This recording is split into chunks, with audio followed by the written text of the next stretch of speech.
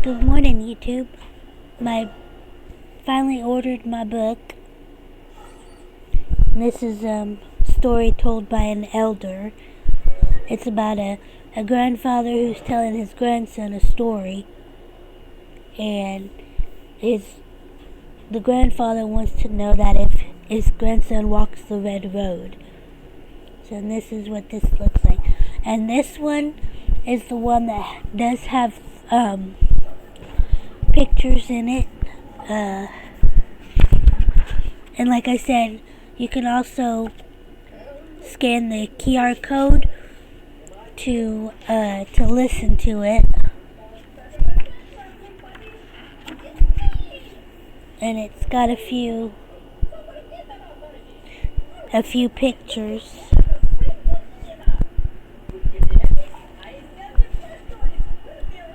On a sunny day in an Indian village, a boy called Running Toad and his older brother Lester Silly were present. As they wandered deep into the forest, they came across a huge tall village with a wooden structure and a big pole in the middle. So they went inside. The white Americans were not afraid. They strolled up to the indigenous men and greeted them with smiles, trying not to startle them or scare them away. Then they started talking. "I wonder if you'd like to discover more about my village and the community within it?" asked Lester Silly. With excitement, Paul responded, "Yes." Lester Silly and Running Toad then brought the white Americans to their village. When they arrived, they told their new friends to stay hidden behind the trees. Lester Silly and Running Toad went to their chief's home and went inside. "My brother and I were wandering in the forest and discovered a village of white Americans," Lester Silly told the chief. The chief remembered the iron helmet that was left there long ago. "Let them come and eat with us. We welcome our new friends," said the chief. So Lester Silly and Running Toad went back to the forest and told the white Americans to come. Upon entering, they were astonished by the lifestyles and observing that their homes resembled longhouses or featured domed structures. The children were half-dressed, the women were staring at the white Americans, and the old ones saw the past in the white Americans. Lester Silly walked them to the longhouse where they would be attending. "Sit, our friends. Today we will feast on our friendship," said the chief. As the white Americans were eating and drinking, the chief told them stories. Then he pulled an iron helmet from behind him and showed it to the white Americans. "I have told my people about this day, when the white Americans will come again. When I was a young warrior growing up in the Nottawa tribe, I saw the first white Americans with my own eyes. They wore clothes of steel that I have never seen before. They came looking for land and gold. They came on ships with white wings like birds. I ran and told my father what I saw. When they arrived on our land, they were on big animals they called horses. The white Americans came and sat down, just like you're doing today. They ate, drank, and left. The next day they came back and wanted to trade. They promised my people long ago that no harm would come to us, but they lied. They killed my people. A couple of my warriors lived. Now we are all old, but we do not forget," said the chief. "We are different. We are pilgrims," said Paul. "All we carry is our Bible and the Lord's word by our side." "So you will not harm us?" asked the chief. "No, we are your friends," said Paul. "Lester Silly, take our friends home," said the chief. Lester Silly and Running Toad walked the white Americans home, and they went back to their village. The next morning, Paul returned to the Nottawa village alone.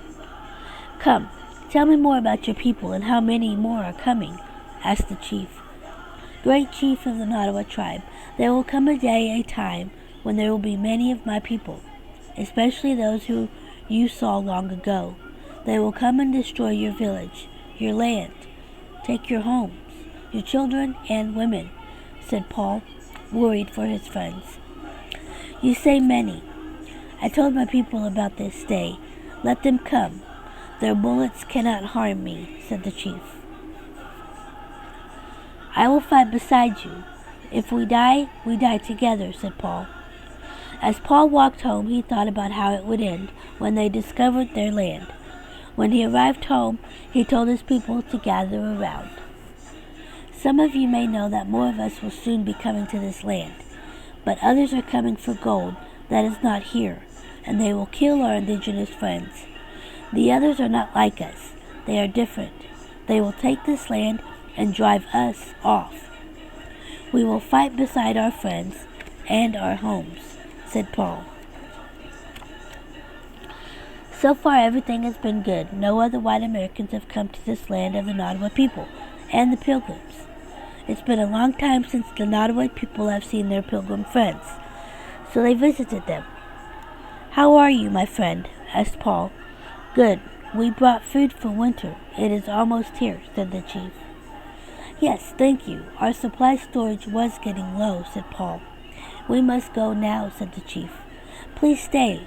We have plenty of food, said Paul. We will stay, said the chief. This is not very good, whispered Running Toad to Lester Silly. Just eat it and be quiet. I'm sure they think our food is bad too, said Lester Silly. Running Toad ate the food. When finished, they got up and left to go home. When they arrived home, Running Toad was walking on the edge of the forest with a full moon. He looked out across the waters and saw small lights. Then he heard shouting. He quickly ran back into the forest and waited. When they arrived on shore, he saw that it was white Americans. They have come to their land. He got up slowly and went back deep into the forest to tell the people. Brother, the chief's prophecy has come. White Americans on boats, said Running Toad. The chief woke up to all the commotion outside his home. He was ready for them. Running Toad gathered all the people who were too old and too young to go to battle, and he led them deeper into the forest to hide. Lester Silly ran through the forest to get Paul and his men who can fight. Paul, they have come, said Lester Silly. Come on, men. All who can fight, come with me, said Paul. They all started running through the forest to the village. There is gold on this land, men, and we are going to take it, and nothing or no one will stop us, said the man. So the white Americans took their weapons and started heading toward the forest to take the indigenous out of the equation to get the gold. Possibly take some of the women and men back with them to sell, trade, or keep for personal business.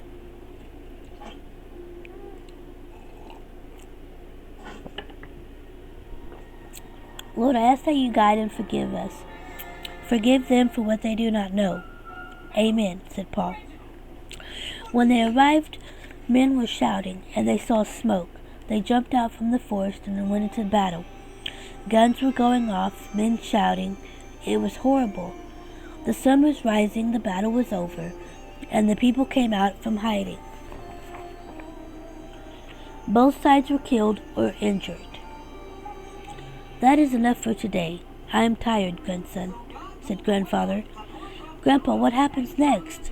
Did Lester Silly and Paul live through the battle? What about Running Toad? Did he ever become a warrior or even a man? Asked White Wolf, getting off the floor. I don't remember. It was told to me long ago, but your father will tell you the rest, so pay attention. Before I leave this world, I must know, grandson, do you walk the red road? Asked Grandfather. I do, Grandfather. I walk the red road, said White Wolf. White Wolf went on to play with his friends.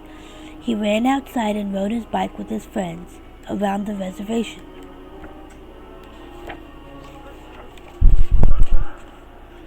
Dad, you've been saying that for years now, said Eddie Mohawk. When I leave this world, son, I hope you tell them more of our stories.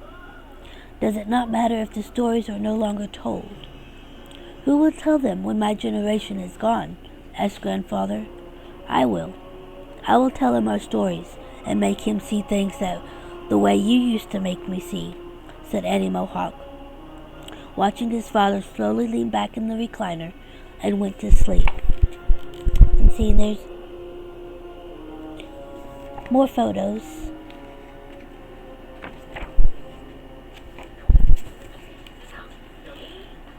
Eddie Mohawk called his friends on the phone. They drove the van over to his house, carefully loaded his father into the van, and rolled him up in a blanket. They drove to the forest. When they arrived, they gently carried him out of the van and started walking deep into the forest to bury him, along with their ancestors. White Wolf grew up and told stories. That was told by Eddie Mohawk, who heard it from his dad. White Wolf was a storyteller at the powwow in Canada. Excuse me. White Wolf keeps the stories alive, the traditions that were passed down from generation to generation. What will happen to the stories if they will no longer be told? The old ones are not going to live forever. If we do not tell the stories that were passed down, they will be forgotten, along with the language and traditions. The end. And this is where you get it. Storyjumper.com.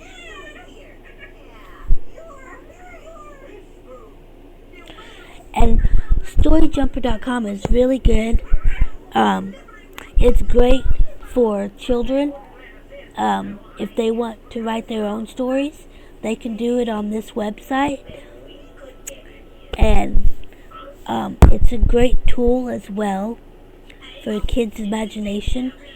A lot of teachers in schools are on this website, and they do stories with the children, or history projects or something.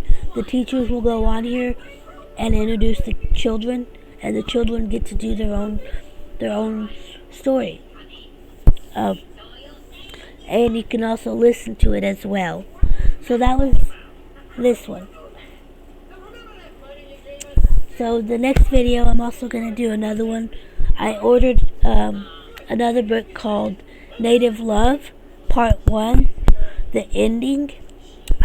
That's coming through the mail pretty soon. I just ordered it. So I'll be reading that one as well. But you can also check it out as well. So with that said, I hope y'all have a wonderful day. And stay safe out there, and remember to always keep Jesus first.